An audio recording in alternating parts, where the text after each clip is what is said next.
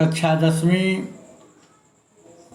विषय हिंदी और पाठ्यपुस्तक पूरक पाठ्यपुस्तक कृतिका भाग 2 पाठ संख्या 1।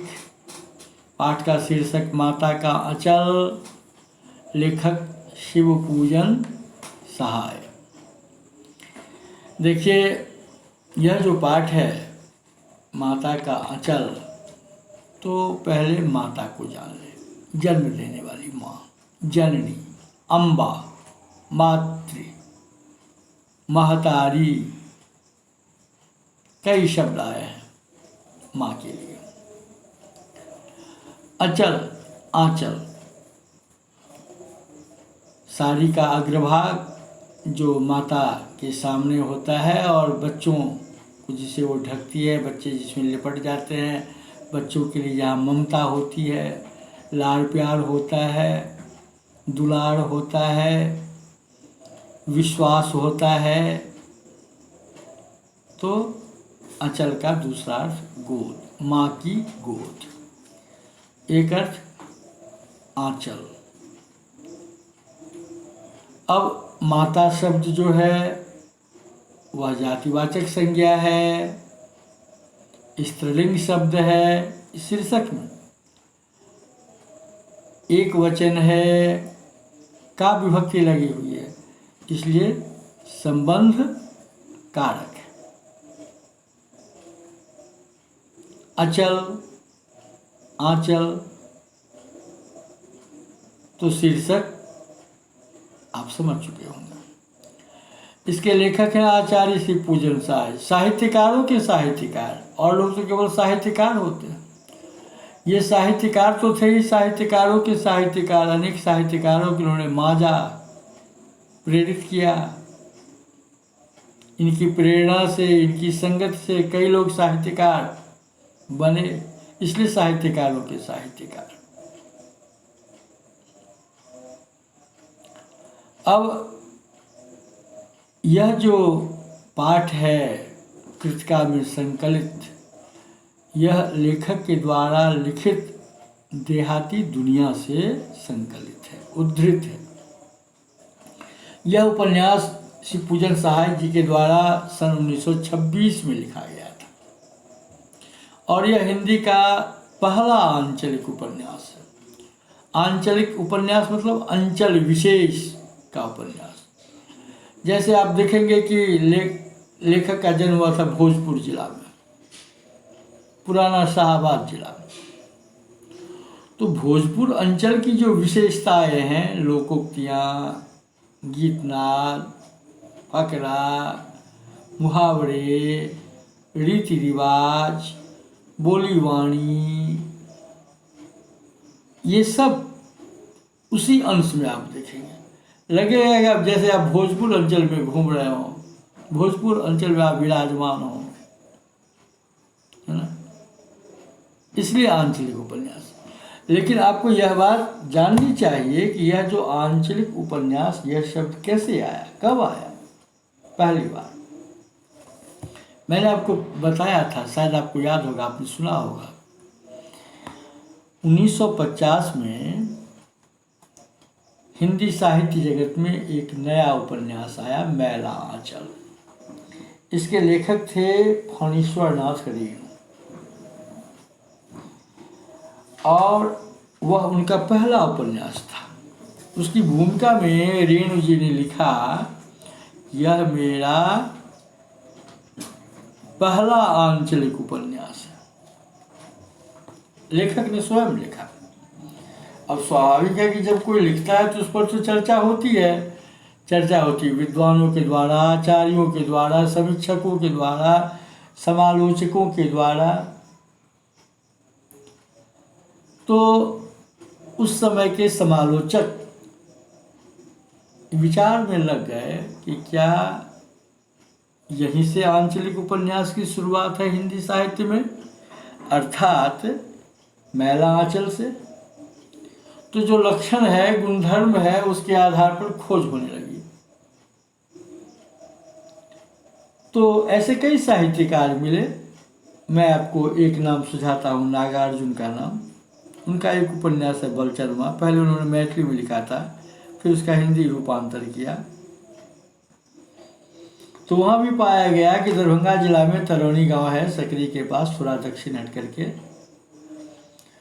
तो उसमें बलचरमा में जो दरभंगा अंचल है, दरभंगा है ना, जिले के जो तौर तरीके हैं, बोली वचन हैं, रीति रिवाज है, नागार्जुन के उस उपन्यास में आपको पाएंगे। इसलिए वह भी आंचलिक उपन्यास। तो आंचलिकता का दायरा बढ़ने लगा, नागार्जुन तक पहुंच गया। बाकी जरा और देखें, पहले पूर्व में चले तो समीक्षक, आलोचक, समालोचक बढ़ते बढ़ते पहुंच गए आचार्य शिवपूजन सहाय तक। और तब जाकर के देखा, रे यह जो देहाती दुनिया, यह तो वाकई में विशुद्ध रूप से आंचलिक उपन्यास है।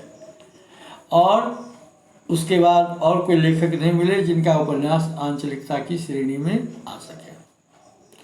तो जाकर के निर्णय दिया गया कि आचार्य शिवपूजन सहाय जी के द्वारा सन 1926 में लिखा गया उपन्यास देहाती दुनिया हिंदी साहित्य का पहला आंचलिक उपन्यास है। इसे आपको याद रखना है। मैंने आपको बताया था कि कदाचित लेखक ने अपनी ही कथा इस उपन्यास में कह दी है। अब मैंने आपको बताया था कि भोलेनाथ पुकार का नाम था लेखक का, और इस पाठ के जो नायक हैं तारकेश्वर नाथ, उनका भी पुकार का नाम, प्रेम का नाम, घरेलू नाम भोलानाथ। पिताजी से ज़्यादा लगाव, अनुराग, उन्हीं के साथ उठते बैठते, बैठक खाना में रहते, माता से केवल दूध पीने तक का संबंध था। पिताजी सुबह जग जाते, भोलेनाथ को भी जगा देते। उठो लाल जी भोर भयो है, जैसे लोग पराती गाते थे पहले, आज भी गाते हैं। बच्चे को जगाते हैं, जागिए ब्रजराज कुमार, कुमल कुसुम खेले खिले। तो इस प्रकार से भोलेनाथ को बाबूजी जगा दिया करते थे। बाबूजी मतलब पिताजी, क्योंकि भोलेनाथ अपने पिताजी को बाबूजी कहते थे और माताजी को मैया कहते थे। तो भोलेनाथ को जगाते थे, नित्य क्रिया से निवृत्त होते थे, बच्चे को भी, भोलेनाथ को भी, फिर खुद नहाते, भोलेनाथ को भी नहलाते धुलाते, फिर आसन लगाते, वहाँ खुद तिलक चंदन लगाते, भोलेनाथ के भी चौड़े लीलाट पर, ललाट पर अर्धचंद्राकार त्रिपुंड लगा देते।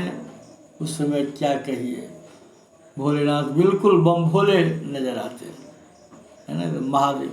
और सच तो यह है, या यह था कि आचार्य शिवपूजन सहाय का जो जन्म हुआ, उन्होंने अपनी खुद कथा बताई है ना, कि उनके पितामह ये सब बड़े आस्तिक थे, महादेव के भक्त थे। कदाचित महादेव की पूजा उपासना अर्चना से ही शिवपूजन सहाय का जन्म हुआ, तो उनका नाम भी रख दिया शिवपूजन सहाय, महादेव के नाम पर, और पुकार का नाम भोलेनाथ। और इस देहाती दुनिया में भी तारकेश्वर नाथ, पुकार का नाम उनका भोलेनाथ।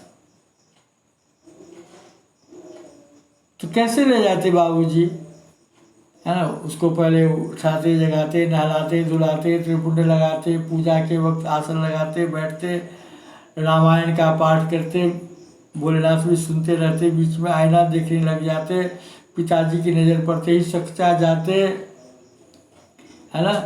फिर बाबूजी रामनामा वही निकालते, 1000 बार राम राम राम राम लिखते लाल कलम से। फिर जब वह हो जाता, फिर कागज़ के टुकड़े लेते, उसके छोटे छोटे टुकड़े बनाते, 500, सब पर राम राम लिखते, आटे की गोली में एक टुकड़ा जिसमें राम लिखा होता लपेटते। इस प्रकार से 500 गोलियां बनाते, लेकर के जाते, गंगा मैया के जल में डालते, मछली आती, खाती, लपकती, मछली का पेट भी भरता और भगवान राम की कृपा भी उसे मिलती, सानिध्य भी प्राप्त होता। लेखक को भी संतुष्टि मिलती। फिर भोलेनाथ को लेकर आते, घर की ओर प्रस्थान करते। रास्ते में एक पेड़ था जिसकी डाली नीचे झुकी हुई थी, उस पर भोलेनाथ को बिठाते, फिर पकड़े रहते, सावधानी से हिलाते, डुलाते, झुलाते, आह्लादित करते। कितने खुश होते होंगे भोलेनाथ, कल्पना कीजिए, पिता का लाड़ प्यार। फिर आते है ना, तो दलान में बैठे खाने में कुश्ती का दांव पे सिखाते भोलेनाथ को। क्यों? शरीर स्वस्थ हो, हृष्ट पुष्ट हो। शरीर माध्यम खलु धर्म साधन, शरीर जो है धर्म का साधन है ना। पहला सुख निरोगी काया। आपको सब कुछ है लेकिन शरीर स्वस्थ नहीं रहे तो कितना कैसा लगेगा। इसीलिए सबसे पहला सुख क्या, कि हमारा शरीर तंदुरुस्त हो, हम स्वस्थ हो। नहीं, सर्वे भवन्तु सुखिनः सर्वे सन्तु निरामयाः। निरामया मतलब आरोग्य, स्वस्थ सभी हो, है ना। तो कुश्ती का दांव पे सिखाते, खुद उतान होकर बैठ जाते, पड़ जाते, लेट जाते, उतान पीठ के बल भोलेनाथ छाती पर बैठ जाते, हंसते हंसते मूछें उखाड़ने लगते। पिताजी कैसे भोलेनाथ के हाथ को पकड़ लेते आहिस्ते आहिस्ते और मूछ को छुड़ाते, और फिर भोलेनाथ के कोमल हाथों को चूम लेते। फिर कहते भोलेनाथ खट्टू मिट्ठू दो। ये खट्टू मिट्ठू मतलब खट्टा मीठा। बायां गाल बढ़ाता भोलेनाथ तो उसे चूमते, दायां गाल बढ़ाते उसे, यही था खट्टा मीठा।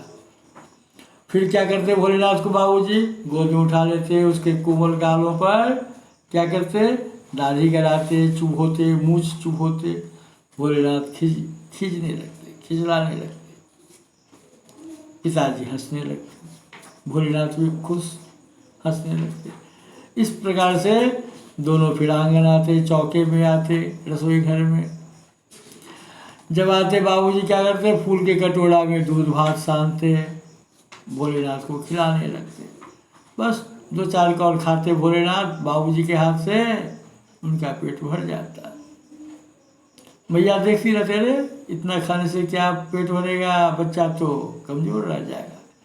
माँ का मानना था जब खाएगा बड़े बड़े कौर तब पाएगा दुनिया में ठौर। खुद थाली लेती, उसमें दही भात सानती, बड़ा बड़ा कौर बनाती, है ना, और कहती भोलेनाथ ये मोर है, ये तोता है, ये कबूतर है, ये हंस है, जल्दी आओ जल्दी आओ जल्दी आओ, नहीं तो ये कब है ना पक्षी उड़ जाएंगे। भला पक्षी कैसे उड़ते, उनके उड़ने से पहले भोलेनाथ उसको चट कर जाते, खा जाते हैं। तो इस प्रकार से भोलेनाथ माँ के हाथों, है ना, कभी आँख मूंद कर, कभी खेल कर, कभी है ना भाग दौड़ कर, है ना बड़े बड़े कौर, है ना खा लेते, तोता मैना कबूतर हंस मोर आदि आदि बनावटी चिड़िया। और जब खा लेते पेट भर जाता तो बाबूजी कहते भोलेनाथ अब तुम राजा हो, जाओ खेलो। भोलेनाथ क्या करते, उनका काठ का घोड़ा था, लकड़ी का घोड़ा था, है ना, उसमें डोरी बंधी थी, उसे पकड़ते गली की ओर बढ़ते खेलने के लिए, उछलने कूदने के लिए। तब तक मैया दौड़ी आती चुल्लू में करवा तेल लेकर के, करवा तेल मतलब सरसों का तेल लेकर के, है ना, भोलेनाथ के माथे पर डाल देती मैया। पूरे सिर को मालिश कर तेल में लगाने लगती, पूरा उबटने लगती, मालिश करने लगती। भोलेनाथ सिसकने लगते, रोने लगते, उन्हें दिक लगता था, अच्छा नहीं लगता था, लेकिन मैया कैसे छोड़ेगी, है ना। जैसे पिताजी कुश्ती के दांव पे सिखाते कि मजबूत हो, उसी प्रकार से मैया तेल लेकर के मालिश करती, लगाती कि बच्चे का शरीर तंदुरुस्त हो, हृष्ट पुष्ट हो। माता पिता दोनों का लक्ष्य एक।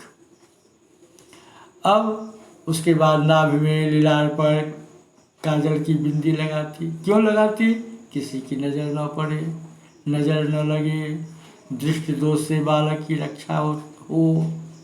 और उसके बाद बाल को संवारती, रंगीन कुर्ता पहनाती, टोपी पहनाती, बाल को इस प्रकार से संवारती, लट्टू बनाती, फूल बनाती। भोलेनाथ अब बिल्कुल कन्हैया नजर आने लगते हैं, है ना, लेकिन उस समय वो सिसक रहे होते।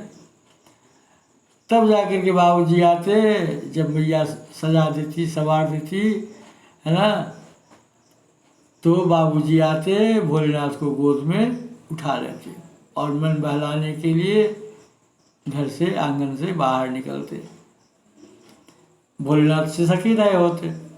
जब बाहर आते, बस भोलेनाथ की नज़र पड़ती हमजोलियों पर, दोस्तों पर, लड़कों का झुंड खड़ा रहता। जैसे ही नज़र पड़ती भोलेनाथ की दोस्तों पर, तुरंत रोना भूल जाते, सिसकना भूल जाते, है ना, बाबूजी की गोद से नीचे उतर जाते।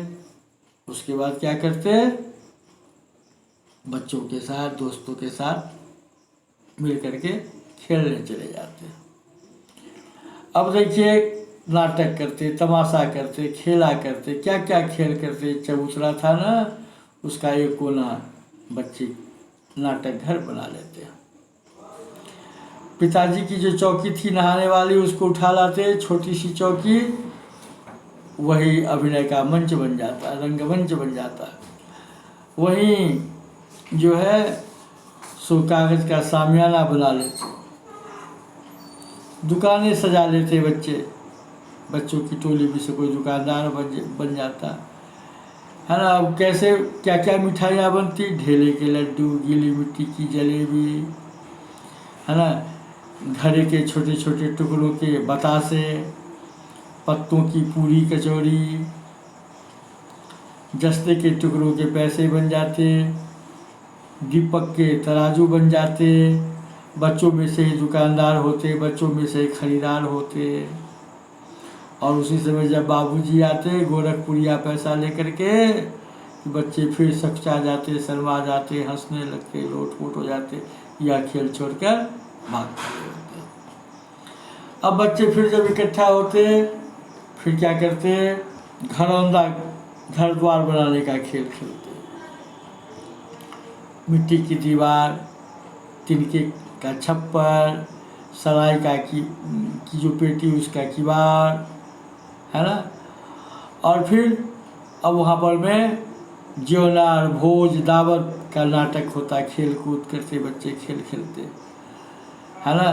जब ज्योनार भोजन तैयार हो जाता, बच्चे पंक्ति बनाते, पंगत में बैठते, खाने का आनंद लेते। उसी समय बाबूजी भी चुपके चुपके आते, पंगत में बैठ जाते, है ना। जैसे ही बच्चों की नज़र पड़ती बाबूजी पर, भोलेनाथ की नज़र पड़ती, फिर सब हंसने लगते, लोटपोट हो जाते, खुश हो जाते, मगन हो जाते, शर्मा भी जाते। फिर घरौंदा को अपने ही पैरों से तोड़ डालते, भाग खड़े होते। बाबूजी पूछते, भोलेनाथ अब कब भोज करोगे, अब कब होगा भोज। इसके बाद बच्चे तो भाग खड़े होते, फिर इकट्ठे होते, फिर उनका अगला खेल शुरू होता, शादी ब्याह का खेल। अब देखिए, एक तरफ दूल्हे का घर होता, दूसरी तरफ कहीं दुल्हन का घर होता। दुल्हन के घर की लिपाई पुताई, बंधनवार, है ना, कलश, ये सब जैसे होता वो। अब बारात निकल रही है, भोलेनाथ समधी बन जाते, बकरा पर बैठ कर जाते, बकरा उसी बच्चों में से कोई बन जाता, है ना। वहाँ शादी ब्याह का खेल होता। इसके बाद क्या होता, फिर जब शादी हो जाती, है ना, खान पान हो जाता, बारात जब लौटती तो चूहेदानी की पालकी बनती, खटोला बनता, दुल्हन को बिठाया जाता, लाल ओहार, लाल आवरण, लाल साड़ी से उसको घेर दिया जाता, है ना। और बच्चे ऐसे करते करते अपने घर पहुंचते, अपने आंगन पहुंचते, जो बनावटी घर द्वार है दूल्हे का, वहाँ। अब वहाँ जब पहुँचते, लोग सब आते हैं देखने के लिए कि ये जो दुल्हन है वो कैसी है। बाबूजी भी चुपके आते, उपहार हटाते, है ना, और निरीक्षण करने लगते, निरखने लगते, देखने लगते। बच्चों की नज़र जैसे ही पड़ती बाबूजी पर, फिर बच्चे भाग खड़े होते, हंसते हंसते लोटपोट बेदम हो जाते। तो ये बच्चों की खेती है ना, उल्लास, उमंग, हंसी खुशी का खेल चलता रहता, तरह तरह का। अब बच्चे हैं तो कुछ खेती बाड़ी तो करेंगे ही, खेती बाड़ी का भी खेल बच्चे खेलने लगते। कैसे खेलने लगते, चबूतरा ही वहाँ खेत बन जाता था, कंकर के बीज बना लेते, ठेंगा ले आते, लकड़ी का एक टुकड़ा, वही हल बन जाता, जुआठा बना लेते बच्चे। और कोई बच्चा किसान बन जाता, कोई खेत जोत रहा है, कोई जो है सो बीज बो रहा है, कोई पानी पटा रहा है ना। और उसी में से कोई बच्चा गाता, क्या गाता, ऊंच नीच में बई क्यारी, जो उपजी सो भई हमारी। बच्चे गाते। अब फसल तो तैयार हो गई, फसल की कटाई हो रही है, बच्चे गीत गा रहे हैं, है ना, फसल ला रहे हैं। अब उसको रौंदते हैं पैरों से, मिट्टी का एक कटोरा ले आते हैं, वही उनके लिए सूप बन जाता है। उसी से, है ना, उस अनाज को ओसाते हैं, फिर दीप का तराजू बना लेते हैं, उससे तौलते हैं कितनी उपज हुई। ठीक इसी समय फिर बाबूजी आ जाते हैं, कहिए भोलेनाथ जी कैसी खेती हुई, अच्छी हुई, कितनी उपज हुई बताइए। जैसे ही भोलेनाथ बाबूजी को देखते और बच्चे की नज़र पड़ती, फिर सब हंसने लगते, फिर कुछ शर्मा जाते, फिर उस खेल को, है ना, स्वयं छोड़कर, बिगाड़ कर, तोड़ कर फिर भाग खड़े होते, है ना। इस प्रकार से अब देखिए गांव घर में कभी दुर्गा पूजा का मेला लगता है, कभी इंद्र पूजा का मेला लगता है, कभी कोई मेला लगता है, कभी कोई तमाशा होता है, तरह तरह के, कभी सर्कस, कभी डिज्नीलैंड, कभी कुछ। तो उस ज़माने में भी 1926 में यह उपन्यास लिखा गया। सोचिए लेखक जब, है ना, छोटे रहे होंगे तो कैसे, है ना, वो मेला तमाशा घूमने जाते रहे होंगे, देखते होंगे। अब एक जगह ददरी का मेला लगता था, लोग अब जा रहे हैं, आ रहे हैं, है ना। अब मेला जब जाते थे पहले लोग, तो रात में नाटक देखते थे, तमाशा देखते थे, गीत नाच सुनते थे। अब जलपान की सामग्री तो ले जाएंगे, खाने की सामग्री तो ले जाएंगे, पोटली तो होगी। अब देखिए बच्चों का खेल चल रहा है, कुछ लोग उसी में से खड़े हो जाते, बच्चों का खेल देखने लगते, मगन हो जाते। आइए बच्चे जब देखते उन लोगों को कि ये लोग मेले की ओर जा रहे हैं, तो बच्चे फिर गाने लगते, चिल्लाने लगते, चलो भाइयों ददरी, सातू पिसान की मोटरी, है ना। तो बच्चों की खुशी, हंसी, है ना, उल्लास, उमंग, ये सब देखते ही बनता था। अब देखिए इस प्रकार से बच्चे अपना खेल खेलते। अब ऐसे ही क्या हुआ, एक बार कभी कभी होता है ना कि आप भी देखते होंगे कि शादी करके कोई दूल्हा दुल्हन को लेकर के जा रहा है। आजकल तो कार का ज़माना है, उस ज़माने में पालकी से लोग आते जाते थे, है ना, बग्घी से आते जाते थे, बैलगाड़ी से आते जाते थे। उस ज़माने में भी अलग अलग तौर तरीके थे। तो और सबसे बड़ी बात, लेखक ने जिसका उद्घाटन किया है, जो सोचने वाली बात है, प्रेमचंद ने भी, है ना, उपन्यास सम्राट प्रेमचंद ने भी अपने एक उपन्यास निर्मला में इस बात का जिक्र उन्होंने किया है कि उस ज़माने में दहेज प्रथा के कारण, दहेज प्रथा सुरसा की तरह, गरीबों के लिए समझिए काल की तरह। अब कोई गरीब आदमी है, उसकी बेटी रूपवती है, गुणवती है, चरित्रवती है, शीलवती, मतलब तमाम गुणों का, है ना, वह पुंज है, लेकिन पैसे नहीं है तो सब कुछ बेकार। अब ऐसी बेटी का विवाह बूढ़े वर से लोग कर देते थे, मजबूरी में विवाह तो करना है, अयोग्य वर से कर देते थे। अब सोचिए उस जमाने में उस बेटी पर क्या गुजरता होगा, या जो बाप अपनी बेटी का विवाह इस प्रकार से करता होगा, वह कितना घुटता होगा, कितना लाचार होता होगा, समाज में कोई मददगार नहीं होता होगा, है ना। इसलिए ऐसे पिता को अपनी योग्य बिटिया के लिए अयोग्य वर के हाथों में सौंप देना पड़ता होगा। कितनी, है ना, दुख की बात, कल्पना कीजिए। तो भोलेनाथ की नज़र पड़ी, उनके दोस्तों की नज़र पड़ी एक दूल्हे पर, है ना। दूल्हा पीछे पीछे, आगे आगे वही पालकी जा रही थी जिसमें ओहार लगा हुआ था, लाल आवरण, लाल साड़ी, है ना, पर्दा। अब उस दूल्हे को जब देखा भोलेनाथ ने, दोस्तों ने, तो लग रहा था जैसे घोड़े जैसा मुँह, घोड़ मुँह, है ना, और उसकी उम्र काफ़ी ज़्यादा। अब बच्चे देखिए, उस समय तो बच्चे बच्चे होते हैं। अब गाने लगे, चिल्लाने लगे, जोर जोर से ताली बजाने लगे, क्या कहने लगे, रहरी में रहरी पुरान रहरी, डोला के कन्या हमार मेहरी। दूल्हा ने जब सुना, उस खुसट बड़ ने जब सुना, है ना, बूढ़े बड़ ने जब सुना, मत पूछिए, क्रोध सातवें आसमान पर, दूर तक खदेड़ा बच्चों को, ढेला उठा उठा करके फेंकना शुरू किया, मारना शुरू किया। भला बच्चों को कहाँ लगे, बच्चे तो 9-11 भाग खड़े हुए दूर से, है ना, चिढ़ा रहे हैं, बोल रहे हैं, हंस रहे हैं। तो भोलेनाथ कहते हैं, भोलेनाथ क्या कहेंगे, आचार्य से पूजन सहाय कहते हैं, स्वयं यह समझिए यह उनकी आप बीती है, जो उन्होंने बचपन में देखा सुना, वही उपन्यास में वह बात आ गई है। यह होता है ना, कि साहित्यकार पहले देखता है कोई दृश्य, फिर उस पर वह चिंतन करता है, फिर वह सोचता है, कई तरह से सोचता है, उसके दिमाग में एक प्लॉट बनता है, एक योजना बनती है, कथा वस्तु आती है, फिर उसे वह कार्य रूप देता है, कागज के पर उतारता है, पन्नों पर उतारता है, कहानी बनती है, एकांकी बनता है, नाटक बनता है, उपन्यास बनता है, साहित्य की कोई विधा बनती है। यूं ही लेखक नहीं लिख लेते, है ना, उनका भी दिमाग दौड़ता रहता है, वो भी उस पर चिंतन करते हैं, तब जा कर के कोई बात बनती है। यूं ही नहीं कि बस आई गई बात हो गई, नहीं। साहित्य यूं ही बेडरूम में बैठ करके, ड्राइंग रूम में बैठ करके, है ना, कहानी नहीं बनती है।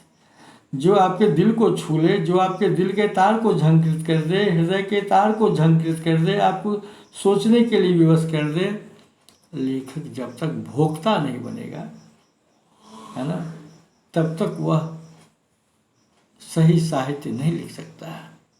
और जब साहित्य सही होगा, साहित्यम इति साहित्यम, जो हितकारी हो, साहित्य केवल मनोरंजन के लिए ही नहीं हम पढ़ते हैं, साहित्य तो वाकई में समाज का दर्पण है, और यह हमारी बंद आँखों को खोलता है, हमारे अंदर मानव मूल्य आता है, हम कर्तव्य बोध से अवगत हो पाते हैं, है ना। यह आसान नहीं है, कारण कि जो आपको सोचने के लिए विवश कर दे, आपके अंदर के बंद द्वार को खोल दे, आपके हृदय को झंकृत कर दे, वो साहित्य है। आपने बचपन में कोई कविता पढ़ी होगी, आप में से कई बच्चों को, कई बच्चियों को वह कविता याद होगी। आप याद कीजिए, दूसरी वर्ग में हम लोग भी जब पढ़ते थे तो हमने दूसरी कक्षा में कविता पढ़ी थी, है ना, दोस्त करो मित्र की मदद हमेशा तन से मन से खुश होकर। अब भी मुझे पंक्तियाँ याद हैं, आपको भी कोई ना कोई कविता याद होगी, चाहे दूसरी कक्षा की कविता रही हो, तीसरी कक्षा की कविता रही हो। पहली कक्षा में मैंने एक कहानी पढ़ी थी, फूल कुमारी, आज तक याद है। आप लोगों को भी कोई ना कोई कहानी याद होगी, जो आपने पहली कक्षा में पढ़ी हो, या दूसरी कक्षा में पढ़ी हो, या तीसरी कक्षा, कोई ना कोई ऐसी कहानी आपको याद होगी जिस कहानी से, है ना, आप प्रभावित हुए होंगे। तो लेखक जो है आचार्य श्री पूजन सहाय, उन्होंने निकट से देखा है, भोगा है, चिंतन किया है, और तब उन्होंने लालित्य बोध के साथ अपनी बात लिख दी है, और जो उनका उपन्यास बन पड़ा है, देहाती दुनिया। देहाती दुनिया, देहात गांव घर, उससे बड़ा है देहाती विशेषण। कैसी दुनिया? देहाती दुनिया, गांव घर की दुनिया, है ना। तो ऐसे नहीं लेखक ने लिख दिया, और इसे पढ़ करके लगता है कि जैसे आप गांव में हैं, आपका खेत, आपका खलिहान, आपका मैदान, है ना, आपका बैठक खाना जिसे आप दालान कहते हैं, आजकल वो सामुदायिक भवन की तरह जहाँ तहाँ नज़र आता है ना। और फिर वैसे ही नदी में जाके नहाना, पूजा पाठ करना, है ना, बच्चे को खिलाना। आप जानते हैं बच्चों की आँख में भूख होती है ना। कैसे आँख में भूख होती है? कहेंगे यह क्या बात हुई, भूख तो पेट में होती है। मैंने कहा आँख में भूख होती है। छोटा बच्चा है, 2 साल 3 साल का, आप खाने बैठे, बच्चा आपको देगा, और मुन्ना और लल्ला, आप उसे एक और खिला दो। कोई और बैठे, अब ऐसा नहीं कि वो भूखा है, ऐसा नहीं कि वो लालची है, मतलब देखने से ही उसकी इच्छा जग जाती कि मैं भी खाऊं, फिर खाऊं, है ना। तो इसलिए मैंने कहा कि बच्चों की आंखों में भूख होती है ना। तो बच्चों की दुनिया निराली होती है,